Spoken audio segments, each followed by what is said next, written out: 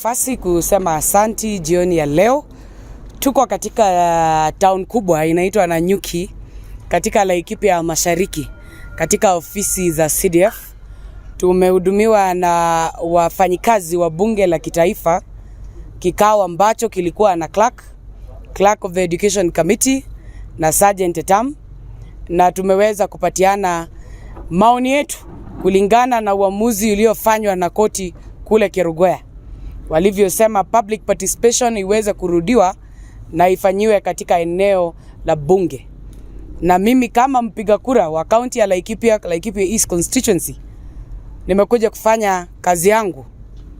Isikue tu nilisema mlima isiguzwe, lakini siku ya kiama sijapatikana. Niko na nimezidikishwa na marafiki zangu, na tumerudisha form zetu, or what we call the template ya public participation, clearly indicating that we are not in agreement with the proposal to remove the deputy president from the office of the second in command in the Republic of Kenya. Nimeangalia ile fomu na bunge in their wisdom. Let me say, as a former member of parliament, we do not yet have a fully backed act a public participation. I hear sheria ya public participation bado imelara kule kwa corridors za bunge. Sijui kama inazunguka hiyo ofisi ya Kimani wa Ishongwa ikirokota vumbi huko. But let me remind ourselves and Kenyans that our courts wamekuwa wakifanya uamuzi kuhusu mambo ya public participation. Kila mtu anaongea maneno yake, lakini hatujakuwa na sheria ambayo ni standard, ambayo itaweza kujua kama we have quality and standard public participation. The constitution is silent in matters public participation, but I believe parliament in their own wisdom wakaamua this time they want to be very curative because of a ruling that was done when Governor Wambora was the governor for Embu on matters to do with public participation. For the record, let me note that the form that I have submitted today and Kenyans are submitting today, they are not serialized. And that the form that I returned, that template ya public participation, haijapigwa receive, haijapigwa muhuri, it has not been stamped that is fully received. Kwa hivyo vile makarani wa bunge watafanya na hiyo form is up to them, and we will meet at the courts. I'm here to see whether the process is duly filled. If you submit your letter to courts, any clerk, whether it's a clerk of the National Assembly, the form inapigwa muhuri ya kuhakikisha imerisiviwa. Hata OB ukiwekwa ndani inapigwa muhuri ya kirauni ya serikali.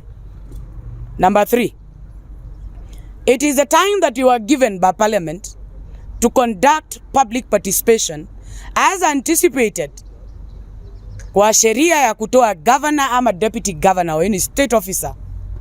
This one, the role of public participation has been one that has been so rushed that the members of the public were not ready. They were working days, and today being a Saturday, a market day, and when members, Christians especially, who are busy preparing to go to church tomorrow, wako na watoto nyumbani wakikibizana na Sabato.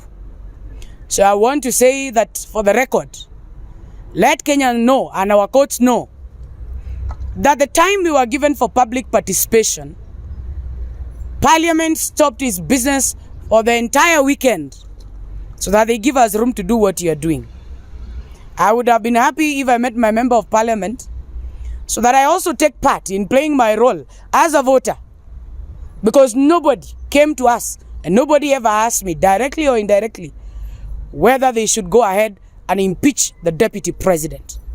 Public participation has been done now because the National Assembly is doing its work. But our members of parliament, the views they are giving and they are standing, it is their own personal views and not collective views that are a representation of the people of Laikipia, whether Laikipia East, North, or Laikipia West. And therefore I say, the deputy president cannot be impeached on mere allegations. He must be impeached under gross misconduct, local and international law. If he has ever appeared before any court of law on criminal record and he has been tried and convicted, and therefore Kenyans will be watching on Tuesday to see how our parliamentarians will vote.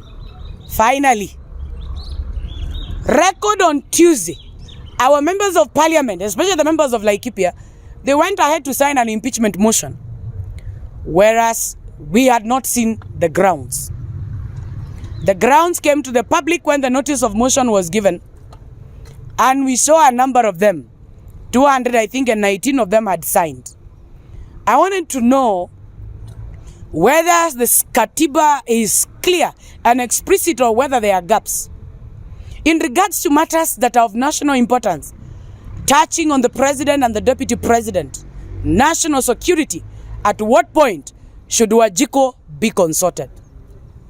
We are bringing our forms and our public opinion, doing it at the constituency offices. It is of great concern for our courts to interpret, especially the constitutional courts, to make us understand why we do have IEBC commission in place. The very place where I casted my vote at Nanyuki railway station should be the place where I decide whether my vote should be divorced between the president and his deputy president at the ballot. And therefore is in our discourse and our conversation whether public participation concerning the removal of the president and the deputy president should be done at the polling station where they were both voted in or voted out. Nimesikiliza maoni ya raia hapa. Raia wanasema kama deputy president anakwenda nyumbani, hata rais waondoke wote wawili wakwenda nyumbani. Hii nchi irudishwe kwa Moses Wetangula, tuende uchaguzi tena. Because an impeached deputy, it indicates and a signal and a confirmation, and I would like our constitutional courts to confirm, is a direct impeachment to the President of the Republic of Kenya. The deputy, there is no work he can do without him being delegated work by his boss. And therefore the boss must also come out strongly. And we look forward to have the President of the Republic of Kenya in courts. Aweke kirauni yake chini, akuje kotini. Atueleze hii maneno tunaambiwa, that the president has been insubordinated. There is nothing like anything like a conviction on tribalism. If there are tribalism, kuna commission inaitwa National Cohesion. Waende huko. Na hii mali mnashinda mkiongelelea huku ya Rigathi.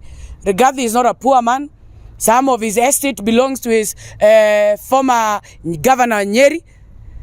Governor Nyeri, who was on the GNU party and a close associate and friend of our area member of parliament, Mwangi Kionjori. He was the best custodian of his best friend who went to be with the Lord. He knows his properties from Olive Gardens Hotel, where he was a regular visitor, to other properties. And therefore we are clear, this case is based on nothing than hatred, malice, allegations, and our parliament, we beseech you with all decency, do not be moved by malice, witch hunt, household witchcraft, household witch hunt. It should be a case of something alleged and proven beyond reasonable doubt. We are looking up to our courts, and we ask our sister Mother Koome, brace yourself. We have seen parliament trying to intimidate you because of CDF. We want you to stand tall in our judiciary and know that it is our parliamentarians who are doing this economical sabotage, political sabotage, and social sabotage. The people of Kenya are suffering. And the people of Kenya, they know their savior is no longer parliament. Their savior is Jehovah himself and our courts. We pray for you to do your work. And I know you are not moved by feelings. You are not moved by malice. You are not moved by likes or dislike. I pray that you stand up to make sure Kenya stands on its feet when our parliament fails us. We are ready for Tuesday. We will appear in parliament, do what we do best. And our candidate is very ready. He has been doing his homework with a battalion of lawyers who you will see. And there are no joke. There are people who know their job and who are seasoned.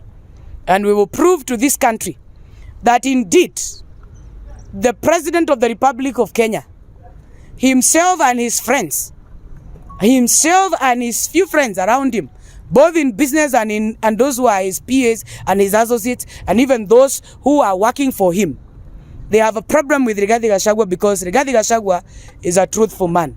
Kwa hivyo naungana na Kenya kusema kufa dereva, kufa makanga.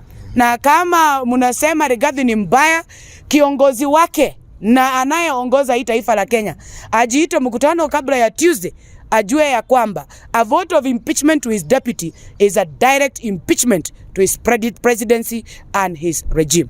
Asanteni. Thank you.